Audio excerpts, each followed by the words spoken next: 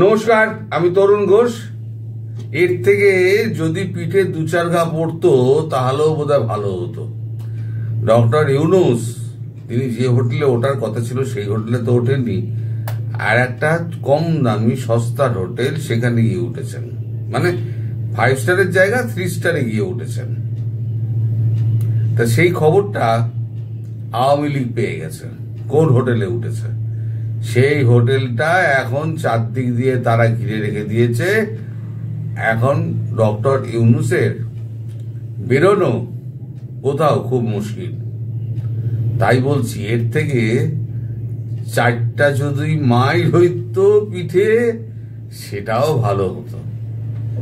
এখন এই যে লবিস্টকে ফিট করেছেন, ট্রাম্পের সঙ্গে যদি একটা ফটো সেশন করা যায়, স্টারমারের সঙ্গে যদি একটা ফটো সেশন করা যায়, সে তো এখন তো যা অবস্থা চলছে ভারতবর্ষের সঙ্গে মার্কিন যুক্তরাষ্ট্রের, তাতে ট্রাম্প এই সাহসটা করবে বলে তো আমার খুব একটা মনে হয় না। পাগল লোক হলেও আসলে খুব শেয়ানা, সে জানে কোথা দিয়ে ব্যবসা আসবে, সে সেটার দিকে নজর আছে। কিন্তু বাংলাদেশের সঙ্গে তার কোনো সম্পর্ক নেই, পারলে দূর দূর করে তাড়িয়ে দেয়।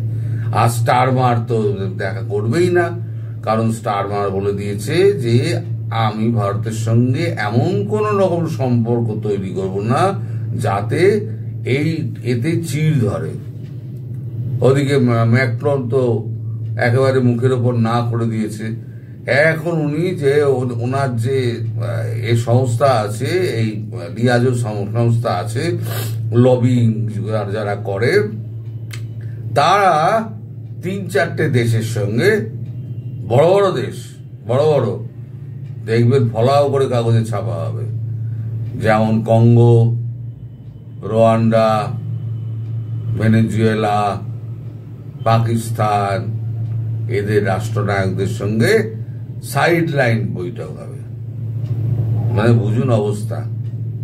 ইন্টারন্যাশনাল খিলাড়িকে কেউ তো এখন পাত্তাই দিচ্ছে না ভাই।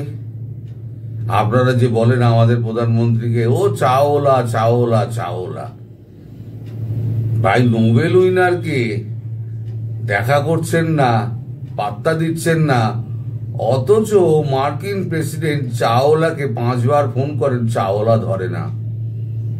তাহলে কি বড় হলো ভাই? চাওলা বড় হলো নাকি নোবেল লরিয়েট বড় হলো? তো যাও, সে তো অন্য কথা। আপনারা যা খুশি তাই ভারতবর্ষের বিরুদ্ধে বলতে পারলে আপনারা খুশি হন, সে যে কোনো কারণেই হোক ভারতবর্ষের বিরুদ্ধে বিষোদ্গার করো। এখন ডক্টর ইউনূস তিনি তো হোটেলে বন্দী, তিনি কোনোভাবেই বেরোতে পারছেন না। এদিকে এই যে হেনস্থাটা বিএনপি হলো, বিএনপি এবং এনসিপি এই যে হেনস্থাটা হলো, জামাতের লোকজনকে নিয়ে কিন্তু উনি বেরিয়ে গেছেন। জামাতের কোনো লোক ছিল না কিন্তু, ফলে জামাত চুপ। এদিকে বিএনপি এখানে 3 নম্বর ছাগলের বাচ্চাগুলো বাংলাদেশে লাফাচ্ছে, যেখানে আওয়ামী লীগ পাবো সেখানে মারবো। আরে তোরা গিয়ে তোরা ইউনূসকে ধর, যে আপনি তো লিডার হয়ে নিয়ে গেছিলেন। তাই লিডারের মতো যুদ্ধে, যেমন যুদ্ধে কি করে, যুদ্ধে যে হচ্ছে কমান্ডার, সে সবসময় সবার আগে থাকে, বলে মেরে পিছিয়ে আও, তাই তো। আর আপনি কি করলেন? আপনি পিছন দরজা দিয়ে পালিয়ে গেলেন, আর সামনে দিয়ে অরক্ষিত জায়গা দিয়ে আপনি বার করলেন কাকে? মির্জা ফখরুলকে। তাহলে বিএনপির কাকে পেটানো উচিত ছিল? এনসিপি নেতাগুলোকে পেটানো উচিত ছিল, ইউনূসকে জুতোর বাড়ি মারা উচিত ছিল, তা না করে আওয়ামী লীগের ওপরে রাগ। কই, মির্জা ফখরুলকে তো আওয়ামী লীগ তো কিছু করেননি, কোনো সমর্থক কিছু করেননি মির্জা ফখরুলের, কারণ তার বয়স হয়েছে, তিনি সিনিয়র মানুষ, তাকে কেউ কোনো মানে একটু রাজাকার ফাজাকার বলে এ করে গালিগালাজ করেছে, কিন্তু ডিম মারা এই নোংরামিগুলো কিন্তু আওয়ামী লীগ করেনি, যেমন জারার ক্ষেত্রে করেনি, মহিলা বলে। কিন্তু যারা যদি ওই জায়গায় থাকতো, মানে আওয়ামী লীগের জায়গায় যদি যারা থাকতো, আর ওখানে যদি কোনো আওয়ামী লীগ কর্মী মহিলা থাকতেন, তাহলে যারা কি করতেন, ওখানে মাটিতে ফেলে চুলের মুঠি ধরে উনি টেনে তাকে আছাড় মারতেন। তফাৎ হলো এইটা, আওয়ামী লীগের দর্শনের তফাৎ আর এই রাজাকারের বাচ্চাদের, এই নাতনি যারা আছে, এই রাজাকারের নাতনি, তার তফাৎ হচ্ছে এইটা। যদিও ইতিহাস ভূগোল কারণই ভালো নয়, না মির্জা ফখরুলের ভালো, না জারার ভালো, না এনসিবি যতগুলো আছে রাজাকারের বাচ্চা, কারোর ইতিহাস ভূগোল ভালো নয়। সব কটার পূর্বপুরুষ হচ্ছে গিয়ে সব রাজাকার, শান্তি বাহিনীর সব নেতা, আহ্বায়ক, এই সমস্ত। তো এদের সমস্ত নানা দাদারা এই সমস্ত হয়ে রয়েছে, তাই এদের কাছ থেকে আর কি আশা করা যেতে পারে? আমার শুধু বক্তব্য হলো যে এই যে লিডার তিনি পেছন দরজা দিয়ে কেটে বললেন, কেটে এখন হোটেলে ঢুকে ঘরে দরজা বন্ধ করে এটে বসে আছেন, আর এদেরকে যাদেরকে নিয়ে গেছিলেন তাদেরকে নিয়ে গিয়ে এই বিপদে ফেলে তিনি কি প্রমাণ করতে চাইলেন? তিনি কি একদম বড় নেতা, ইন্টারন্যাশনাল খিলাড়ি? ইন্টারন্যাশনাল খিলাড়ি থেকে কেউ পাত্তাই দিচ্ছে না এখন। এসে বড় বড় কথা বলেছিলেন, আমি লোকাল লেভেলে খেলি না, আমি ইন্টারন্যাশনাল খিলাড়ি, ইন্টারন্যাশনাল খেলোয়াড়। তার দৌড় তো দেখা যাচ্ছে হোটেলের মধ্যে বন্দি, হোটেল থেকে বাইরে বেরোতে পারছেন না, বেরোলে পচা ডিম তার জন্য রেডি আছে। পচা ডিম মানে কি? সেগুলোকে আবার মানে ভিডিওতে দেখছি, সে বস্তা দিয়ে না তাকে চাপা দিয়ে 4-5 দিন রাখা হয়েছিল যাতে গরমে একদম পচে যায়। ওই পচা ডিমটা যদি গায়ের মধ্যে পড়ে, আপনি যতই সাবান আর শ্যাম্পু মাখুন, 7 দিনের আগে আপনার গা থেকে গন্ধ যাবে না। দুর্গন্ধ, পুঁতিময় দুর্গন্ধ একটা বস্তু হয় তখন।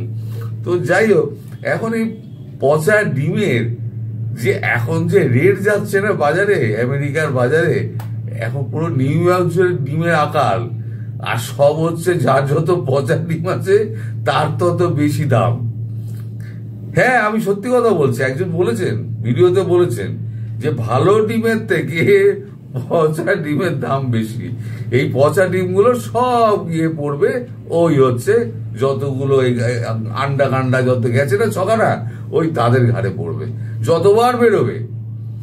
এই যে এবার যারা যদি বারবার বেরোয়, তাহলে এবার তো ডিম খাবেই। প্রথমবারে ছেড়ে দিয়েছে, কিন্তু পরের বারে ছাড়বে কিনা সে নিয়ে কিন্তু কোনো গ্যারান্টি দেওয়া যাচ্ছে না। পরের বারে কিন্তু ওই ডিম কিন্তু যারার পিঠেও পড়তে পারে, এবং